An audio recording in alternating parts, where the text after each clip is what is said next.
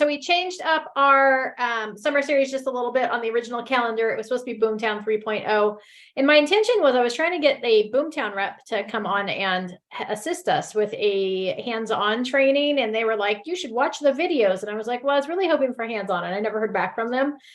So that wasn't very nice, but so we're changing it up a little bit, and we're talking about how to get your listings sold. We have some listings in the area that are going with multiple offers the first weekend on the market, and we have others that are sitting a little bit longer.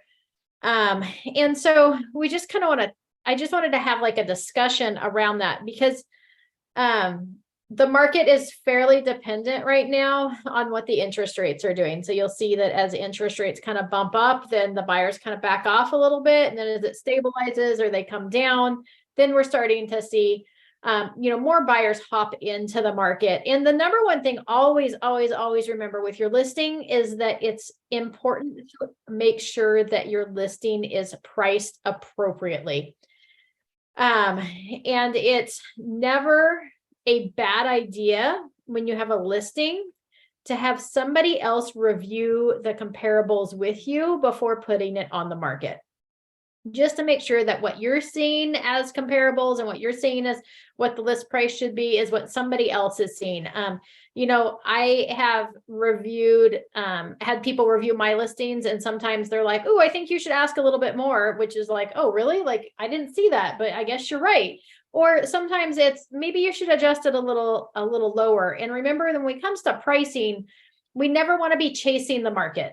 So when the market's in an upward turn, usually if you price it a little on the low side, you're going to end up with some multiple offers, a little bit of competition, and it boosting that price up for you to where it should be with the market, versus if you price it a little on the high side, then what happens is you begin this game of chasing the market. And what that means is that you've put the property on the market at $600,000. It really should have been priced at $590,000.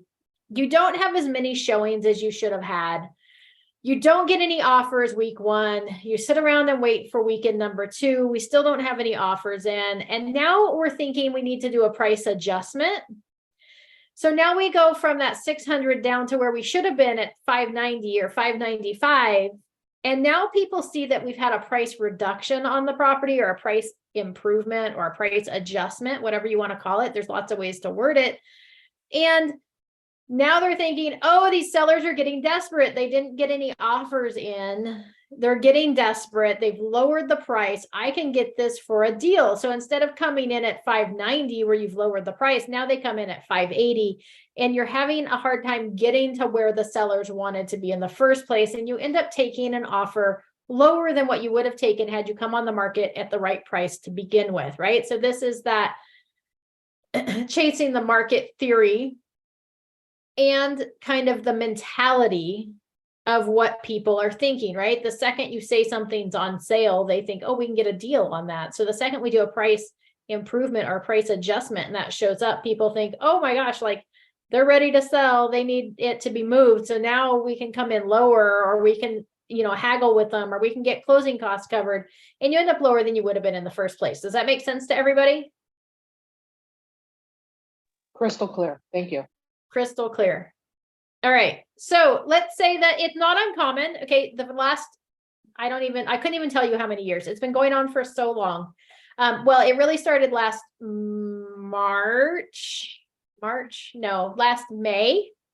We started to see our first cooling off of the market in like 3 or 4 years, maybe 5 years even. Like the market was on this steady uphill. We kept saying, oh, it's going to level, and then it would kind of like, and then it would go back up again. Even when COVID happened, we're like, oh, this is going to be it. It's going to level out. You're going to see the market start to like level, maybe even sink a little bit. And it leveled for like a month maybe. And then it like started shooting back up again. People realized that, oh my gosh, I'm stuck in my house with 4 kids and this is not going to work for me. I need a bigger house, right? So people started buying homes again. So it kept going up. So for most agents, a lot of agents, the market's been on this uphill spiral since you got started in the business until last year. Last year, things got a little tricky. It kind of balanced out we had our first kind of interest rate jump last May-ish.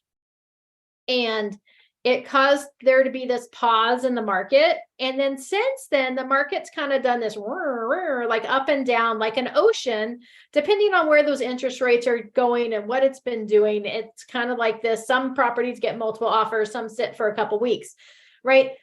Not every property is going to get multiple offers. And in a regular balanced market, or if we shift into a buyer's market, you won't see multiple offers. And we really have to look at days on market and how long our competition sat before it went into contract to figure out what the average time on market is before we're getting accepted contracts, right? So that we know where our property is and when to panic and when not to panic. And don't ever panic, but when we need to make adjustments or when we just need to sit and wait.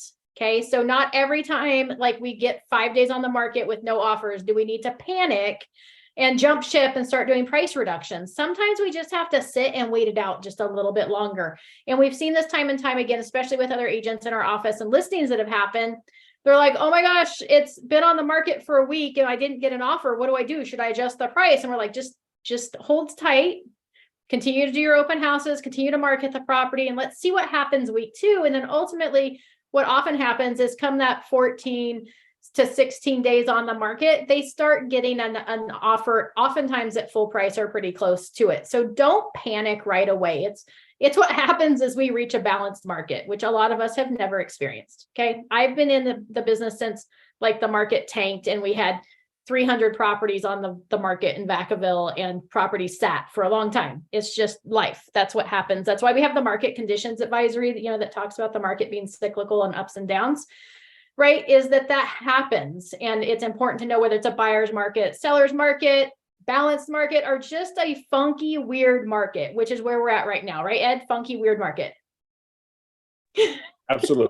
Absolutely. I've never seen a market like this. We have low inventory, but we still have properties sitting. You got people hesitant to write offers. You get multiple offers that come in. Oftentimes they all are asking for credits. You're like, I got 10 offers and they all asked for $10,000 in credits. What's going on?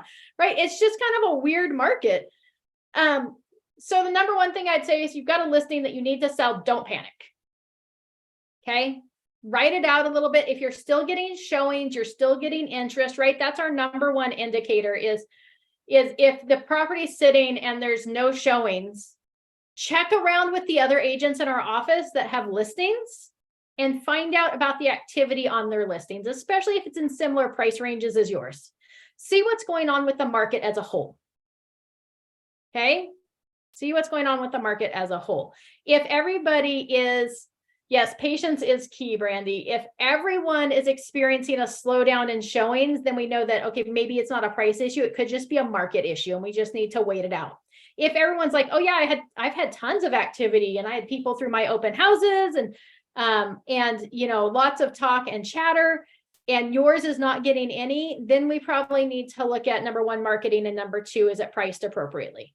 Okay, doesn't mean we need to jump on a price adjustment, but we probably should revisit that. Ultimately, on any of your listings, if we don't have accepted offers, every about 10 days or so, we should revisit where that price is at and what the comps are looking at. What's gone into contract, what hasn't gone into contract, what are the other agents in our office experiencing, what's going on, so we have a firm grasp of that market. Number two, if we're not getting any showings and we determine that it's us, not a market issue, because we've talked with other people, then we need to talk about what do we need to do to get our property in front of more people. So number one thing is let's look at those comps and make sure it's priced appropriately. Number two is it may just need a facelift. Okay. Nobody says that the front of the house picture has to be the first picture that people see when they pull up the MLS or pull up that listing on Zillow or Realtor.com. So sometimes just doing a refresh on the pictures. No, we don't need new pictures. We just want to rearrange them. Make it a change up, right? So put a different picture as the first picture, rearrange some of the other photos so that people are seeing the major features of that property when they start looking. Sometimes our front of the house picture isn't super appealing for whatever reason. The color's weird, the grass is dry, doesn't have as much color as it should in the front, right? And so people are flipping through houses and they see, oh, it's a 4-3 or a 2-3-2 or whatever. And oh, that doesn't look appealing. There's 5 others that I can go look at.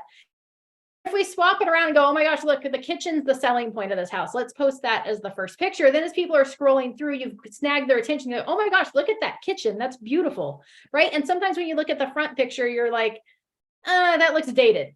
So they don't even look at the rest of the pictures, right? Or maybe the backyard is the selling feature and amazing. So put that as the first picture. And sometimes we just have to, every week or so, go in there and rearrange some of the photos so that as people are re-looking at properties, they see a different feature of that house. Does that make sense to everybody? Yes?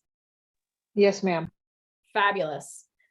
I would recommend so I would probably go in there and rearrange pictures about every week. Okay? Just to give it a facelift, give it something new as people are perusing those listings. About every 3 weeks or so, if you've been on the market that long, I would look at your description and maybe change up that description a little bit.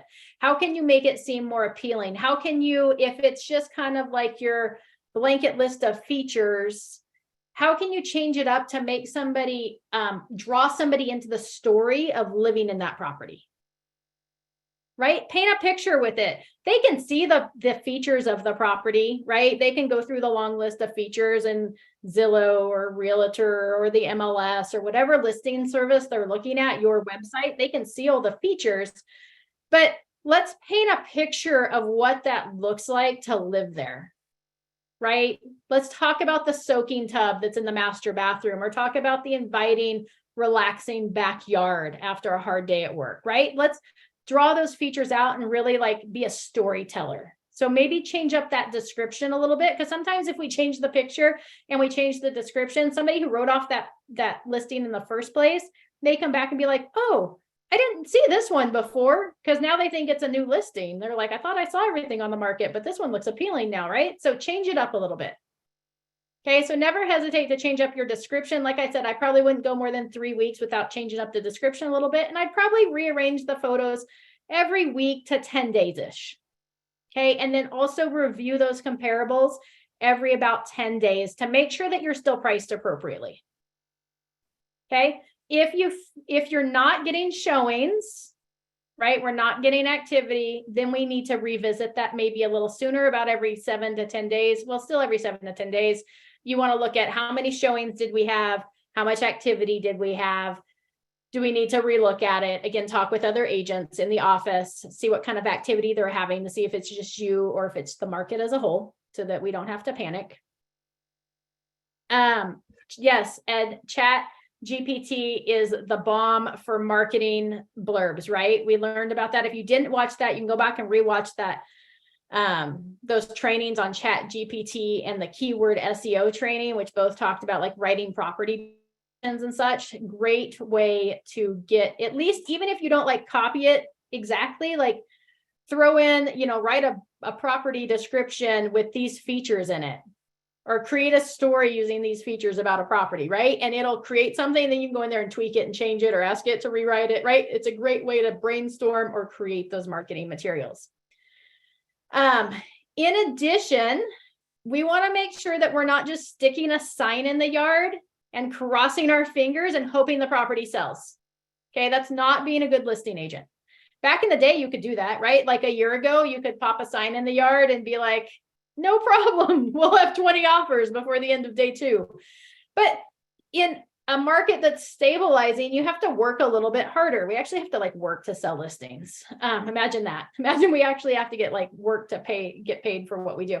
So you want to explore all avenues. Remember that statistics say that somebody who can see your for sale sign is going to sell a house, right? Which also means that somebody's probably also going to buy a house. I think that statistic rolls both ways. So we should be marketing to the surrounding neighborhood. There are probably, and you can even target non-owner occupied properties so that you're targeting the renters in the neighborhood, right? And instead of mailing it to the mailing address, you're going to mail it to the property address and probably label it current resident versus the name on title, because you're targeting the renters that are actually living in those properties. Renters like their neighborhood. They're creating a friends. They're creating a life in that neighborhood. They know how to get everywhere from the house they're renting. And we should be talking with them about buying in that neighborhood, right? So it's a good time to approach, send out just listed, go door knock those non-owner occupied properties. Ask them if they've considered buying a property. Ask them if they'd like to stay in the neighborhood, right? How many people have done that? Anybody? Target the non-owner occupied in the neighborhood of your listings. Ed has. Okay, but that's one way, right, that we can market. When I hold my hand up, it automatically raises my hand. That's really obnoxious. Anyways, all right. So, right. So that's one way that you can market your listings. Target the non-owner occupieds in the neighborhood, either with door knocking or with mailers or with both, to market that property.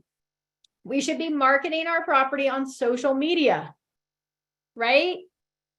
Make sure if you're not getting a lot of activity too, before we go to social media, make sure it's showing up appropriately on places like Zillow and Realtor and homes.com and all those other websites that people are searching on. Pull up your search app, make sure your property is showing up on the map search, make sure it's showing up when you search those statistics, because sometimes there's glitches. Sometimes in the MLS, there's this little button that says like transmit address to the World Wide Web or whatever. It's this little option and it defaults to yes, but sometimes we click it no.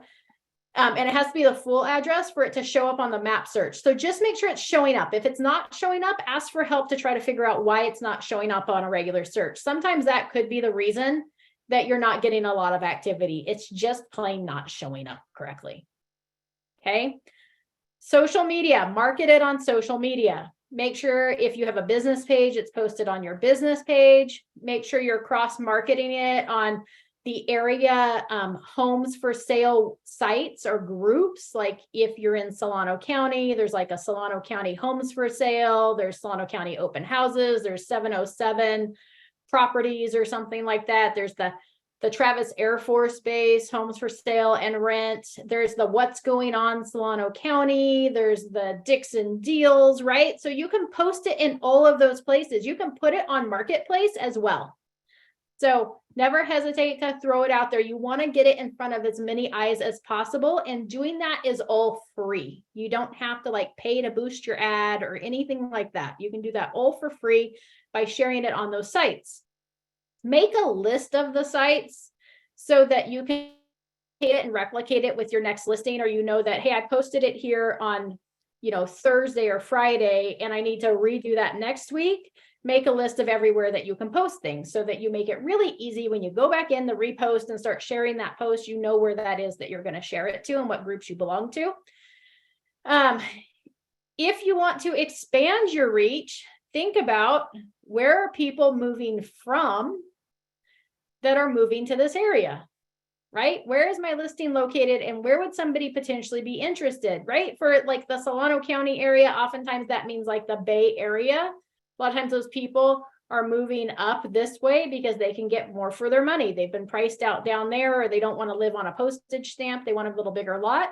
So investigate the what's going on groups in other areas as well, where this might be a good option for them to buy, and share it to those places. Those San Francisco, your Contra Costa, your Walnut Creek, your all those places, share it in those groups as well.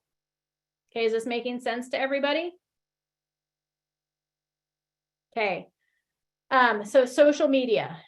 If you want to boost the posts, you can do that. It will help to bring results. You don't have to spend a lot of money on boosting posts. Okay, I do recommend probably like $30 or $35. That seems to be like the breaking point of where you get some good activity on it.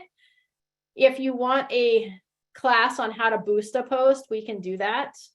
So let me know if you want that when you log your attendance, or just let me know that you're interested in that, and we can do a class on how to boost your listing posts and where to do that, because you can pinpoint it and you can boost it in front of people that are looking for homes for sale in the Bay Area specifically, so they'll see it. So instead of putting it in those groups, you can actually pinpoint other areas or even our own area for people that are actually looking for homes to buy.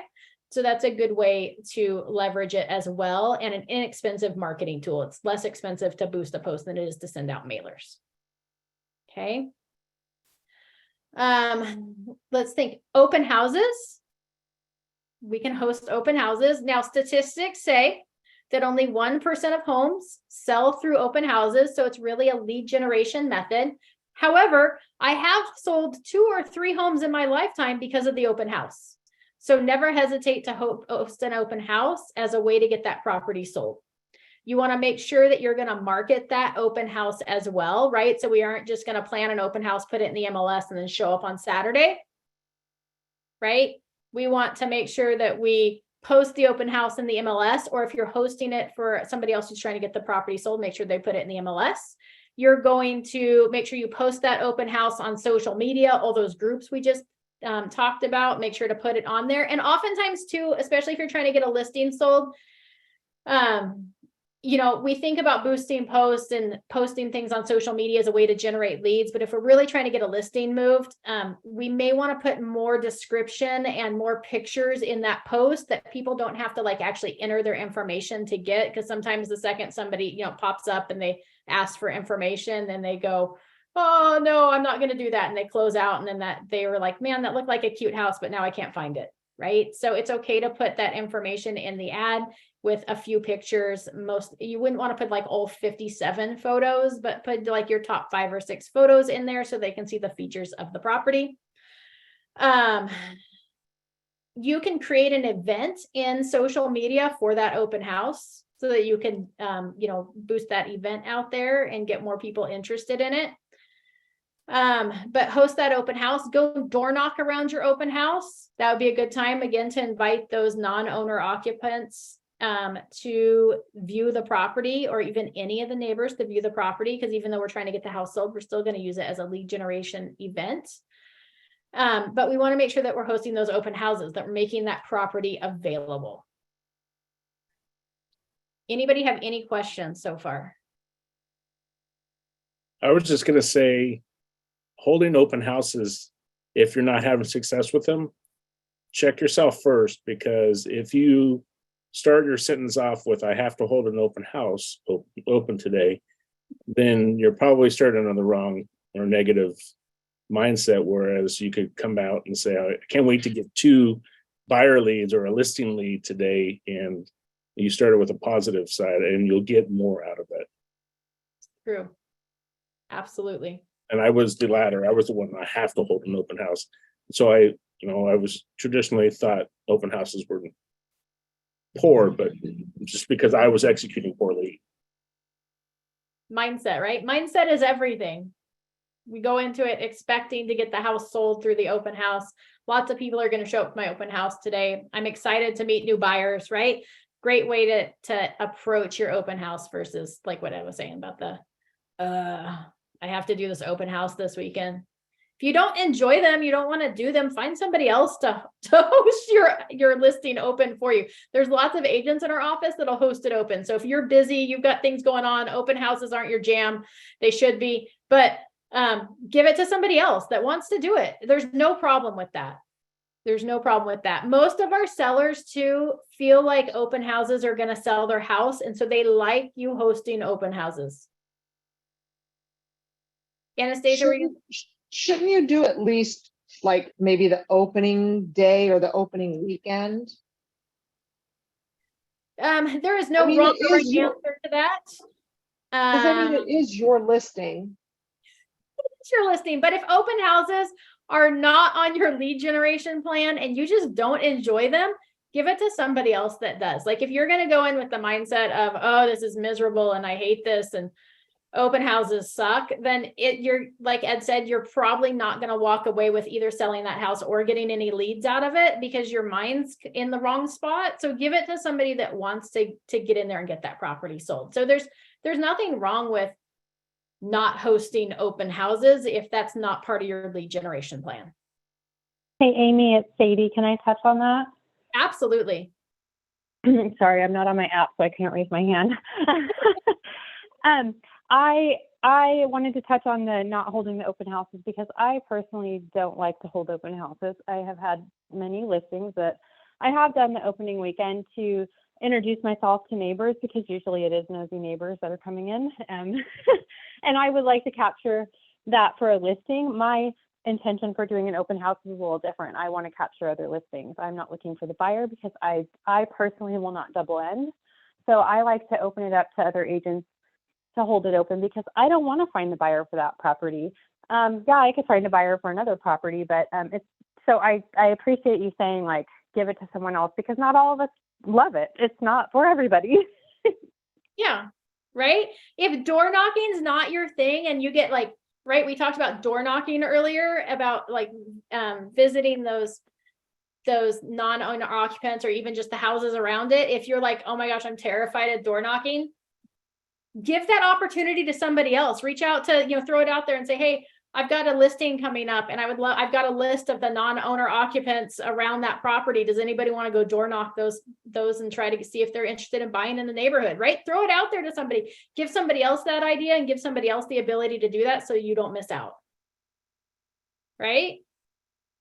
When it comes to getting our listings sold, we've got to go beyond just the lead generation portion of it to the, what are the actions that are going to help get our listings sold? And even if we don't like them and we're uncomfortable doing them, that doesn't excuse us not doing everything in our power to get that listing sold. And so if you're terrified of door knocking or terrified of open houses, or they're not part of your plan, like, give it to somebody else to do that is going to do a good job, right? That's going to represent you in that listing well in an effort to get it sold.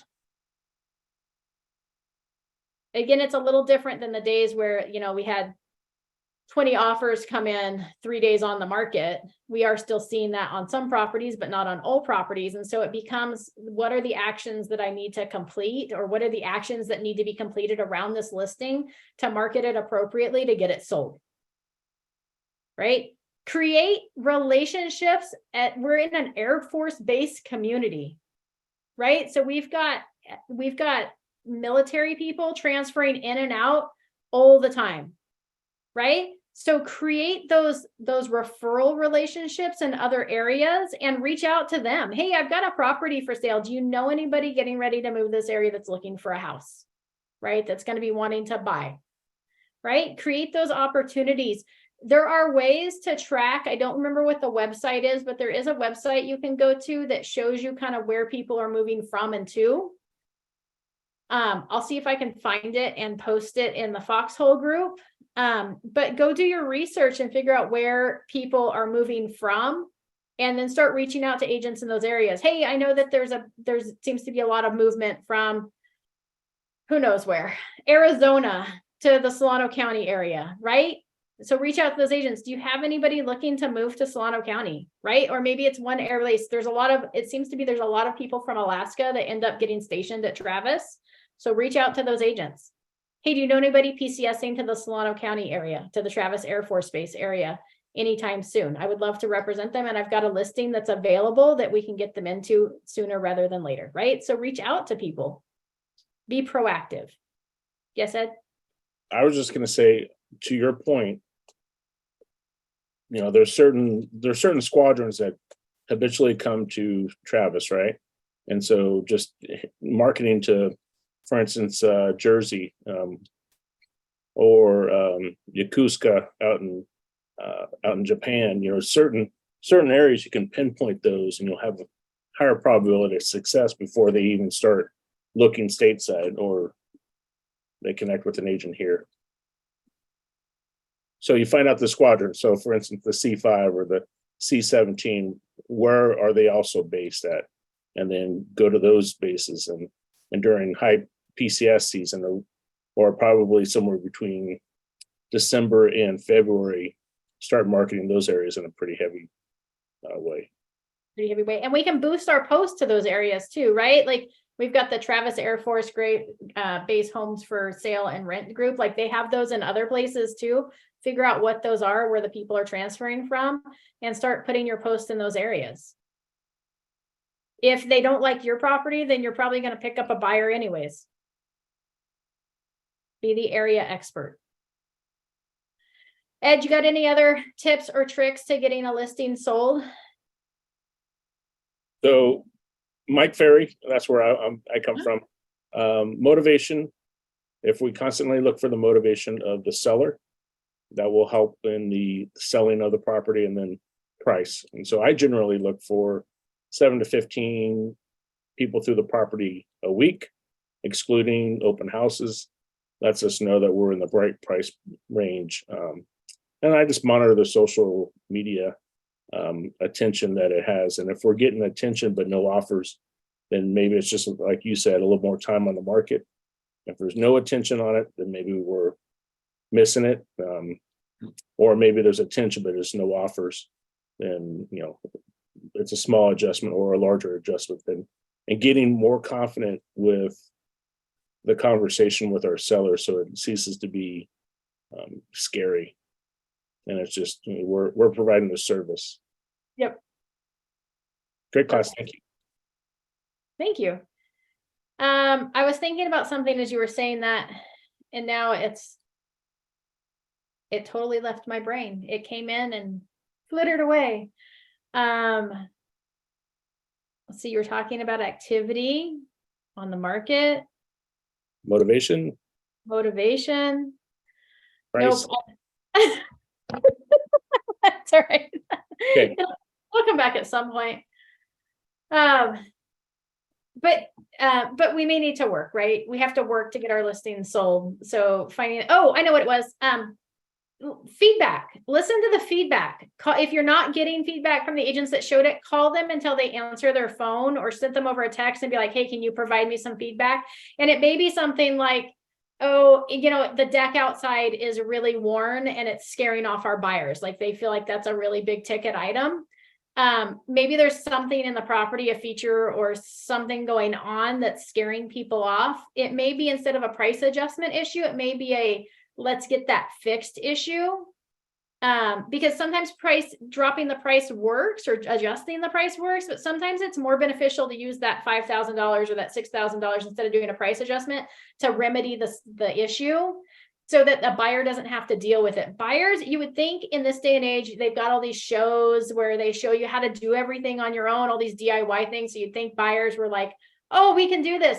But I would say 90% of buyers get scared off if they have to do any work on a property, right? They look at something and go, oh, I don't know. I've never owned a property before. Or I did that before, and that deck was really expensive. Or, we had pest repairs before and we waited until after close, and then they opened them up and there was more, right? So it scares people. So sometimes remedying that issue, it could be the color of a room. It could be a repair or maintenance issue, right? It could be that dishwasher that's been there for 23 years that looks like it's been there for 23 years. Like, tell your sellers to go buy a decent one off Facebook Marketplace and get it installed. Like, replace the dishwasher for $100. It's an easy fix. Now you've got a stainless steel dishwasher that doesn't scare people away, right? So it might be something small that you need to adjust. So get that feedback. If you're not hosting the open house, you've got somebody else hosting the open house, like follow up with them after the open house to get the feedback from the people who walked through. Find out what that is so that you can make sure you're looking at all aspects of the property. Anybody have any other questions, thoughts, ideas to share?